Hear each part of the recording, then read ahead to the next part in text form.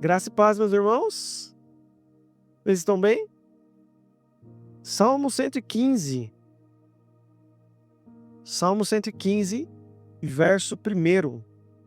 As crianças saíram, a igreja até esvaziou. Você viu? Salmo 115, verso 1. Salmo 115, verso 1. Quem achou, fala assim, eu amo a Bíblia. Quem não achou, fala, vou pelo telão mesmo que tá mais fácil aqui. Salmo 115, verso 1. É ACF. Amém? Diz assim um texto. Não a nós, Senhor, não a nós, mas a teu nome dá glória por amor de tua misericórdia e da tua fidelidade. Porque diriam as nações, onde está o Deus deles? Nosso Deus está nos céus e faz tudo como lhe agrada. Prata e ouro são os ídolos deles, obras das mãos dos homens. Tem boca, mas não falam, tem ouvidos, tem olhos, mas não veem, tem ouvidos, mas não ouvem, tem nariz, mas não cheiram, suas mãos não apalpam, seus pés não andam, e som algum lhe sai da sua boca. Tornam-se semelhantes a eles, os que assim os fazem, e todos os que neles confiam. Amém? Vamos orar? Feche os teus olhos. Senhor, meu Deus, Pai, novamente na tua presença, nós pedimos, ó Pai, a tua graça e a tua misericórdia na comunicação da tua palavra, Senhor. Eu sou incapaz de comunicar como deve ser feito, então eu preciso da assistência do teu Espírito Santo, do auxílio do teu Espírito Santo, soprando e inspirando palavras de vida e de sabedoria, não só a mim que vou comunicar, mas sobre a tua igreja também, que vai acolher. Pedimos a Deus que assim seja, para o nosso bem, mas mais do que isso, para a tua glória. Conceda-nos a graça de ouvirmos a tua voz, conceda-nos a graça também, nos permite viver, Senhor, conforme a tua vontade, a fim de que, por meio da nossa vida, nós possamos ser um testemunho, uma expressão da tua glória. É a oração que fazemos, e fazemos em nome de Jesus. Amém. Amém.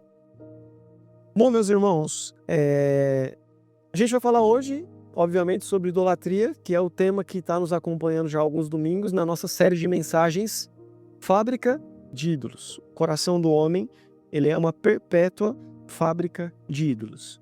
A gente tem a facilidade de achar que a idolatria, para nós cristãos, protestantes, a gente tem a facilidade de achar que a idolatria é uma questão resolvida, é um capítulo superado, é um problema que a gente não tem mais dificuldade.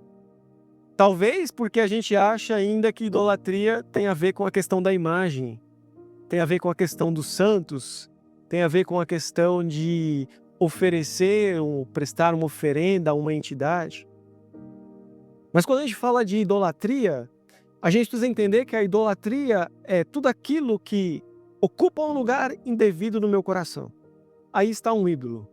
Tudo aquilo que ocupa um lugar indevido no meu coração, aí nós temos um ídolo. E a gente também tem que entender que o ídolo é quando nós confiamos em algo, é quando nós amamos algo e é quando nós buscamos algo mais do que a Deus. Então tudo aquilo que a gente confia mais do que em Deus, tudo aquilo que a gente busca mais do que Deus, tudo aquilo que a gente ama mais do que ama a Deus, aí nós temos um ídolo. O Salmo 115 é um salmo litúrgico. E o que isso significa? A gente fala que é um salmo litúrgico. Significa que era um salmo que era cantado com toda a congregação de Israel no templo. Então era um salmo coletivo, em que todos eles cantavam e entoavam ao Senhor. Então Israel cantava a respeito do único Deus e do único Deus que é verdadeiro, que é autêntico. Mas nós vemos na história de Israel, ao longo de toda a história, como que mesmo assim a nação inteira era inclinada aos ídolos. Isso faz a gente pensar que não apenas cantar a respeito de Deus nos livra da idolatria. Não é porque eu canto a respeito de Deus, não é porque eu verbalizo algo a respeito de Deus, que necessariamente eu não tenho ídolos no meu coração. Não é porque eu canto sobre a grandeza de Deus que eu estou livre do pecado, do engano, da idolatria. E nesse texto a gente vai ler algo que para nós é um grande alerta. Porque o salmista no verso 8 vai dizer para nós que tornam-se semelhantes a eles todos os que o adoram e os que neles confiam. E ao longo desses versos, a gente vai falar um pouco sobre o tornar-se semelhante aos ídolos.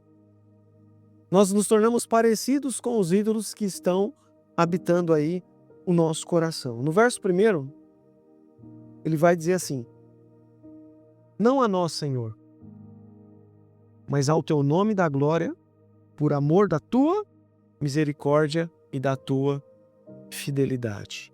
Não a nós, mas ao Senhor. Por que nós somos criados, meus irmãos? Dentre as respostas possíveis que a gente pode dar, uma delas é que nós fomos criados para a glória de Deus. Amém? Dos motivos, uma das razões pela qual nós fomos criados é que nós fomos criados para a glória de Deus. Então, toda vez que nós não glorificamos ou não expressamos a glória de Deus, nós estamos pecando em não dar a glória a Deus. E às vezes a gente pensa que não dar a glória a Deus é mais ou menos assim: Deus realizou algo e eu não glorifiquei, eu não atribuí isso a Deus. Isso também é não dar glória a Deus. Mas não dar glória a Deus também é não viver o propósito pelo qual nós fomos criados. Uma vez que a minha vida é para a glória de Deus, todas as vezes que a minha vida não glorifica a Deus, eu estou pecando em não dar glória a Deus. Então, quando a gente fala de não a nós, Senhor, mas a Ti a glória, a gente não está falando só daquilo que Deus faz e a gente rouba a glória para a gente.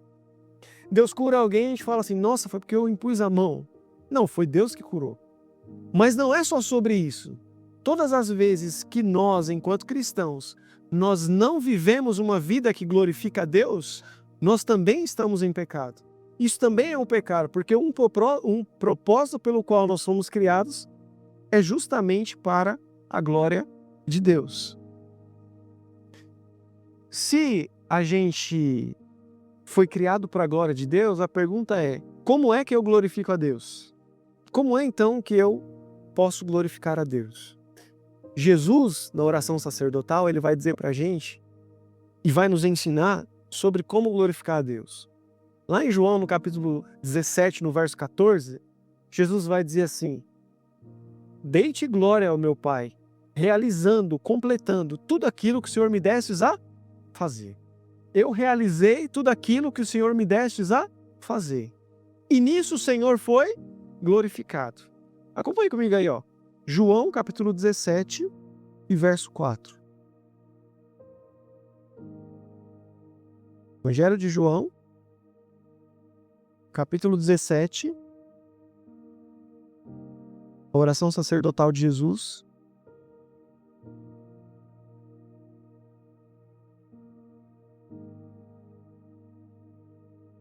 Amém? Diz assim: eu te glorifiquei na terra, consumando a obra que me confiastes a fazer. Como é que Jesus glorificou o Pai? Consumando, realizando a obra que Deus deu para ele fazer. Como é que nós vamos glorificar a Deus? Como que Deus vai ser glorificado em nós? Quando nós realizarmos aquilo que Ele nos deu a fazer. Como que eu vou glorificar a Deus? Todas as vezes que eu fizer aquilo que Ele confiou a mim para fazer. E o que é que o Senhor confiou a você para você fazer? É nisso que você vai dar glória. E às vezes a gente pensa em glorificar a Deus é cantar aqui, né? Que maravilhoso! Isso também é glorificar a Deus. Mas mais do que isso, glorificar a Deus é realizar aquilo que o Senhor confiou a nós para fazer.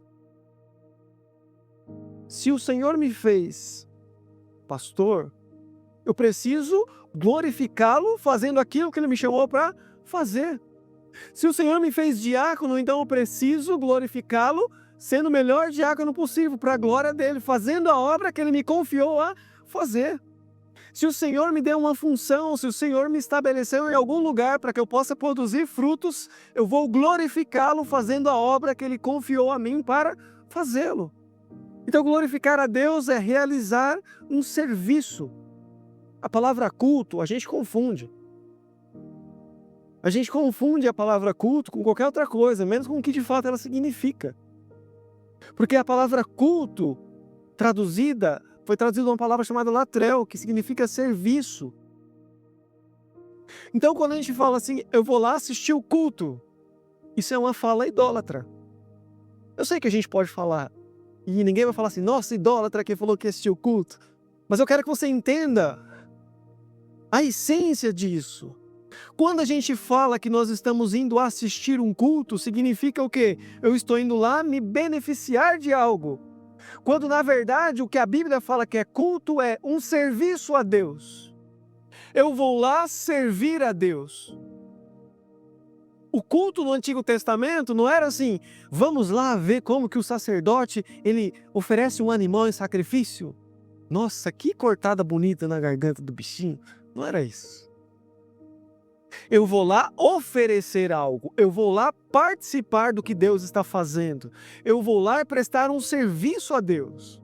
Eu venho para essa congregação não para assistir um culto, mas para cultuar, fazer parte, para servir, participar, pertencer, estar junto, abençoar, ser abençoado. Então culto não é eu vou assistir o culto. Eu vou cultuar a Deus, eu vou servir a Deus, eu vou servir aos meus irmãos. Porque culto não é só aquela, não, eu vou lá assistir o culto e aí Sabe por que a gente se frustra? Porque a gente vai chegar aqui, aí eu vou estar ali com o dedinho ruim, errando as notinhas no violão. Você vai falar assim, que louvor ruim. Aí eu não consigo pregar direito aqui, você vai falar assim, nossa, que pregação. E você vai sair daqui com a sensação de que não valeu a pena, porque você veio assistir e o filme não foi bom. O filme não foi bom.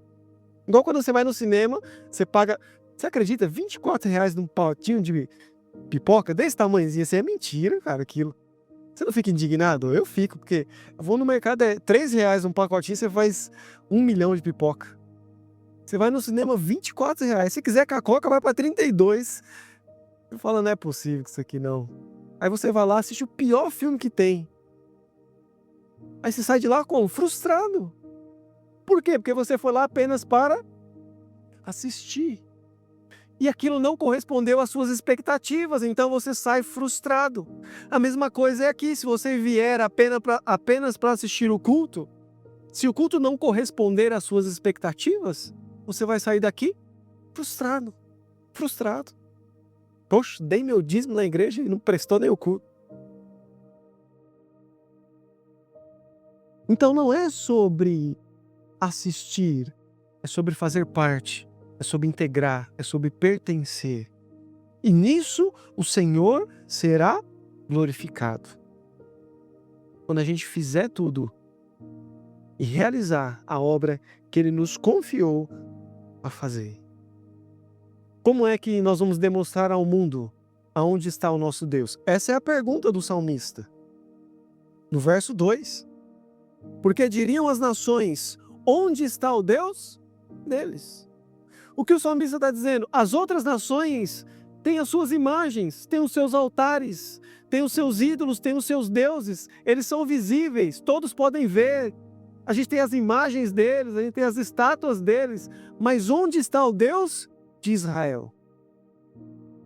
Porque os outros deuses têm imagens. A gente pode ver. Dagon tem lá a imagem de Dagon. Astarote tem lá a imagem deles. Mas aonde está o Deus de Israel? E como é que nós vamos demonstrar aonde está o nosso Deus? Quando alguém te questionar onde está o seu Deus, como que você vai responder? Você abrir sua carteira, tirar uma imagenzinha de um santo e falar aqui, ó, Jesus, aquele Jesus, né? Sueco, né? Loiro, cabelo comprido, olho azul. Você fala assim, aqui é meu Jesus aqui. Como que a gente vai demonstrar aonde nosso Deus está sem uma imagem? A gente vai demonstrar servindo. A gente demonstra onde nosso Deus está todas as vezes que a gente serve. Todas as vezes que a gente realiza a obra que Ele nos confiou a realizar. aí nós estaremos dando sinais da onde está o nosso Deus. Versículo 4 do Salmo 115. Prata e ouro são os ídolos deles, obras das mãos dos homens. O salmista diz que a imagem de um ídolo foi feito por obra das mãos dos homens. Isso revela um orgulho, porque a obra foi realizada pelas mãos, mas a intenção nasce aonde? No coração. A mão realiza apenas aquilo que o coração está dizendo. É mais ou menos uma obra, né? Eu espero que seja assim, né? A gente vai construir uma obra. O que a gente faz antes de construir a obra? A gente idealiza, a gente faz o projeto, a gente sonha, a gente deseja. E aí a gente passa para o papel e espera construir da maneira como a gente sonhou. Então, quando a gente faz um ídolo, ou aqui no texto, quando diz que um ídolo foi feito por mãos, ele foi feito por mãos, mas nasce no coração. Nasce no desejo, nasce na intenção. E o apóstolo Paulo vai dizer que isso é fruto do orgulho e da ganância dos homens. Está lá em Romanos, no capítulo 1 e no verso 23. Carta de Paulo aos Romanos, capítulo 1, verso 23.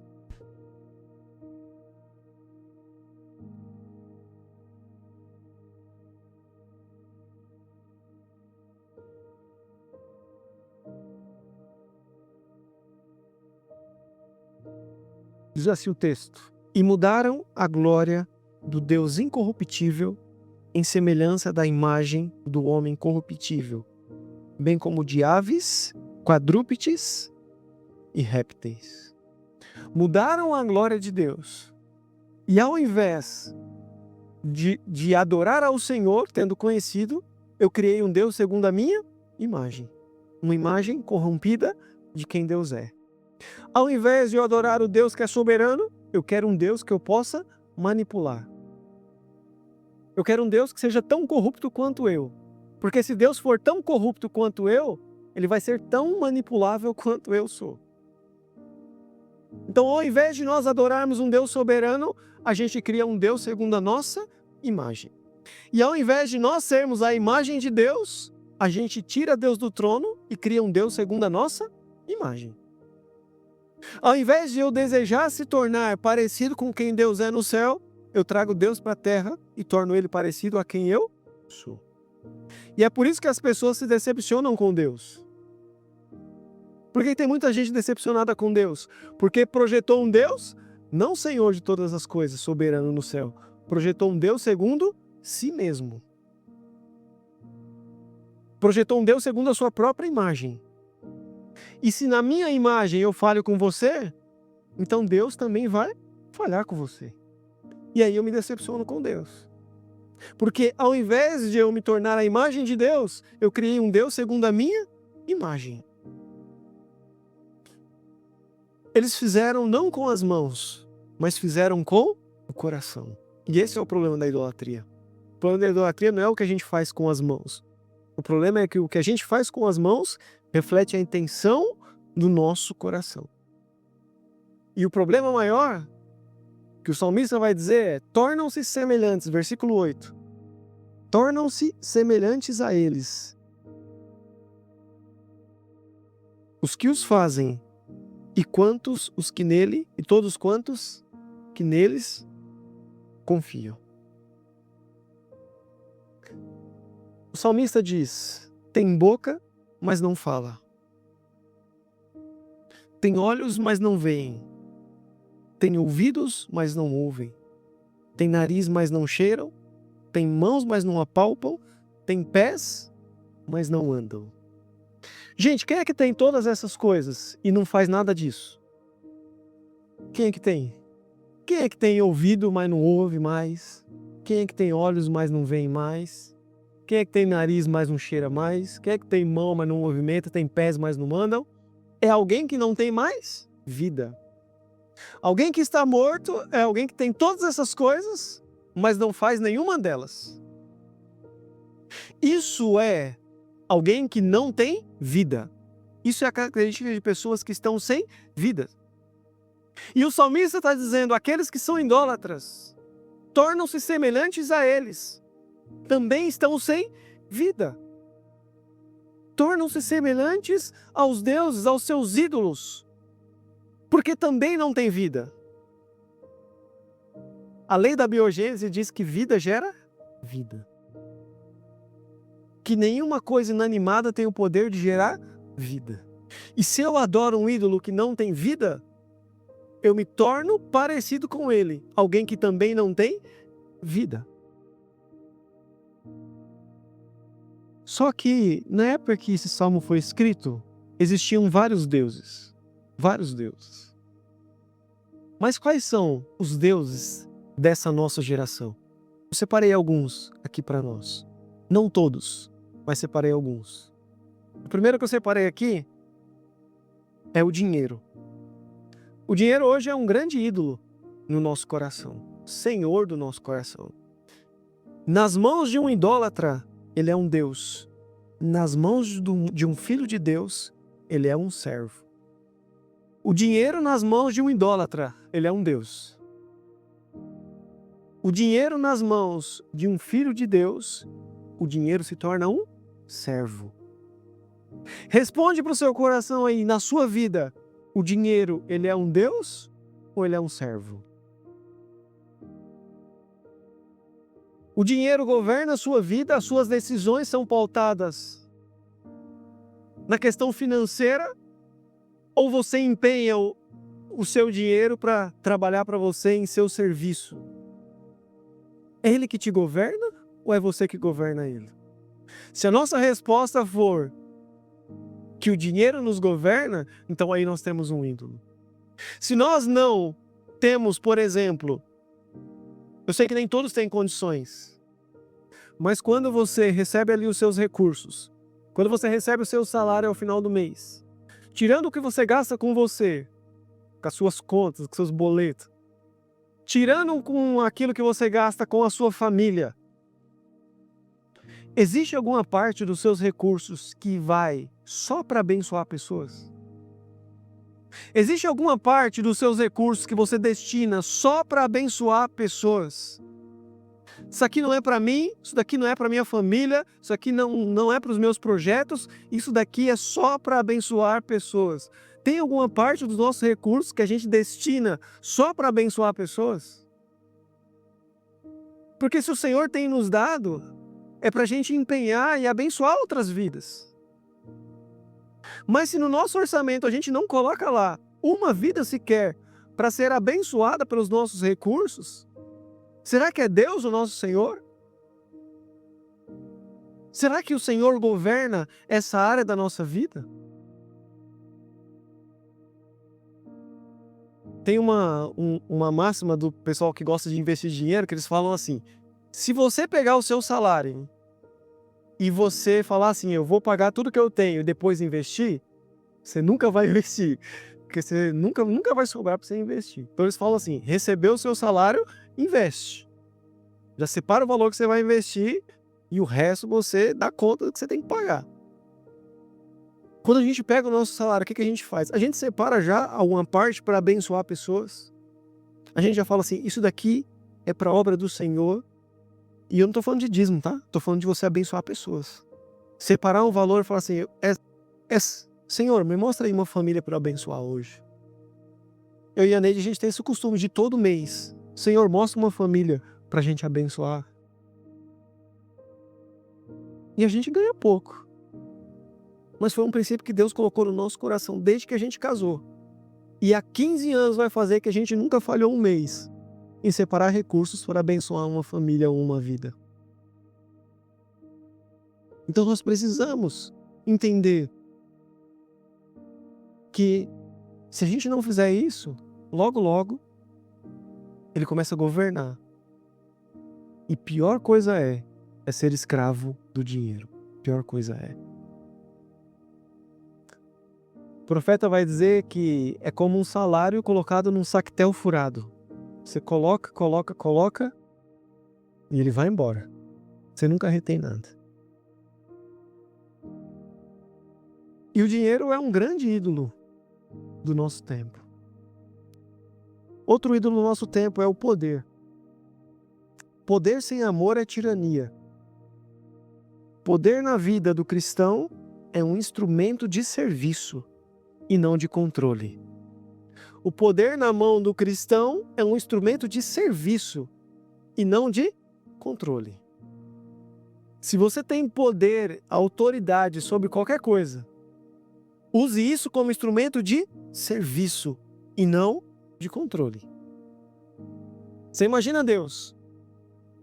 Se Deus não nos amasse como nos amou entregando Jesus na cruz do Calvário, a gente ia falar, esse é um Deus tirano. Mas Ele prova o seu amor porque Ele nos dá a liberdade, envia seu Filho para morrer na cruz e não nos obriga a absolutamente nada. A gente decide, inclusive, sobre a nossa eternidade, céu ou inferno. Até nisso Deus nos deixa na liberdade para escolher. Você quer morar onde? Aonde você quer passar a sua eternidade? Você escolhe.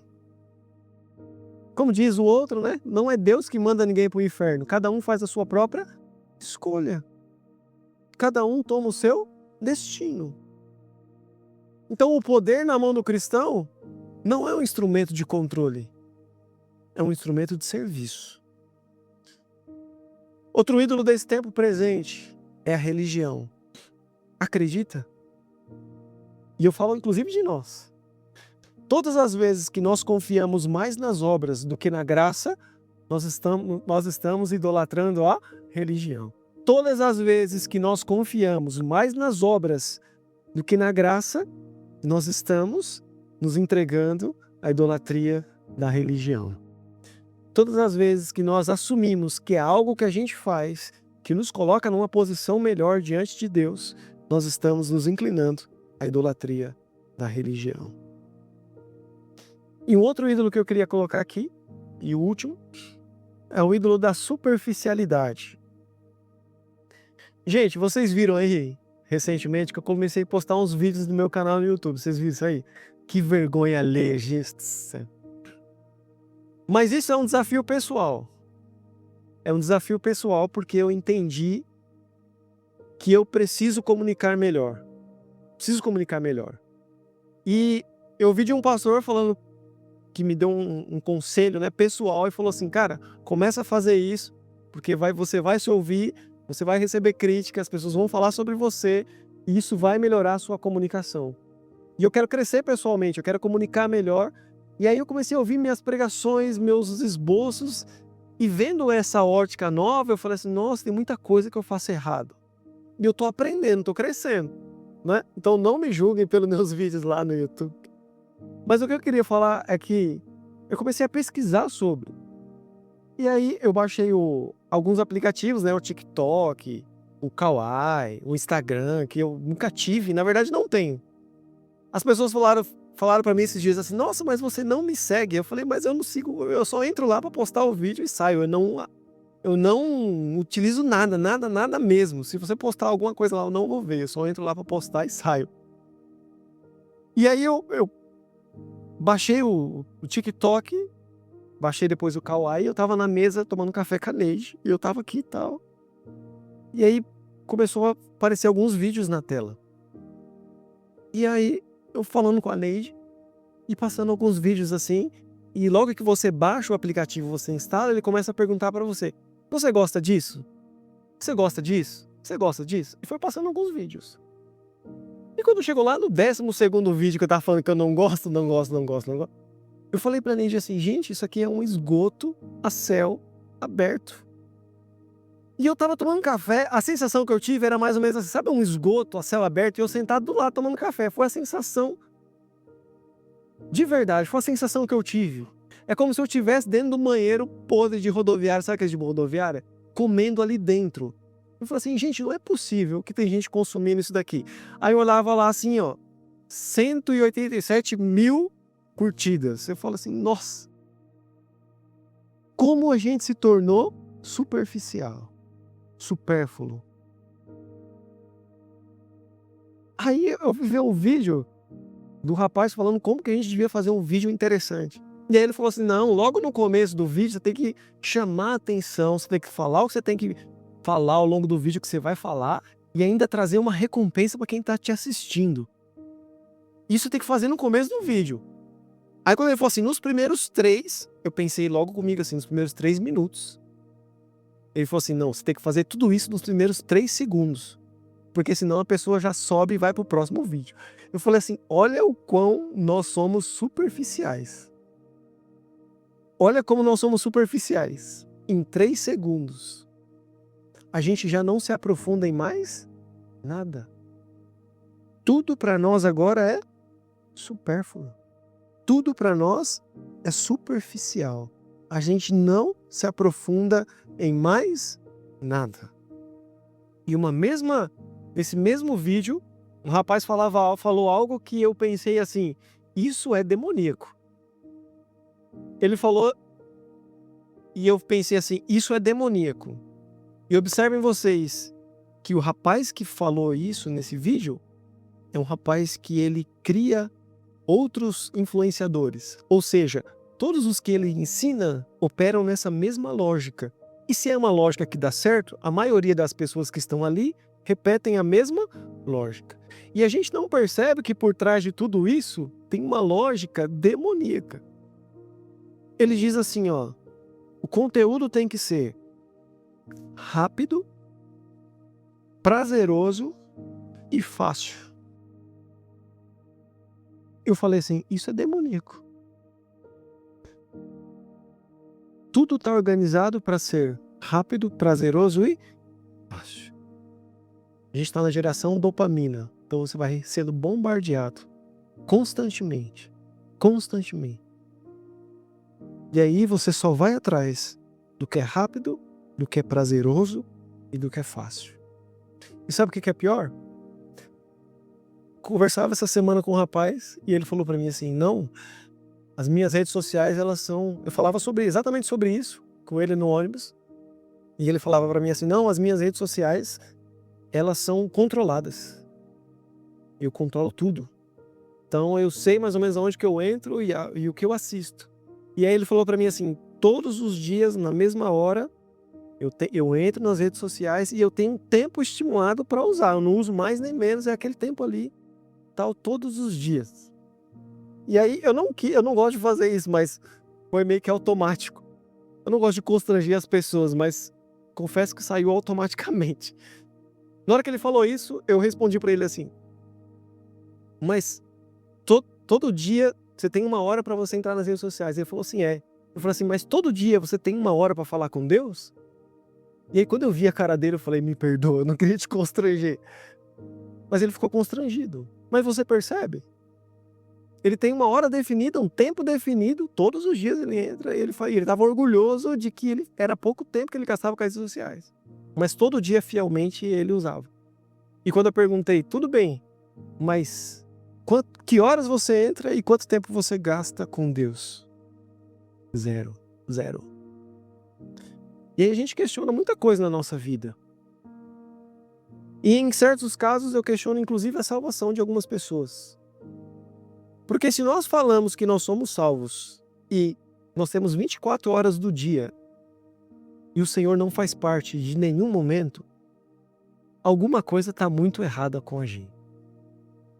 Ou a gente não está salvo, ou a gente está tão anestesiado. Porque se a gente gasta tanto tempo com coisas superficiais e a gente não tem um mínimo tempo para falar com o Senhor da nossa vida, alguma coisa está muito errada no nosso coração. A gente está se tornando semelhante aos ídolos. Tornam-se semelhantes os que o adoram. A gente torna parecido aquilo que a gente adora.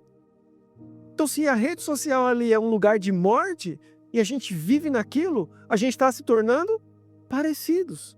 Estamos anestesiados para as coisas de Deus. A gente não ora mais. A gente não lê a Bíblia.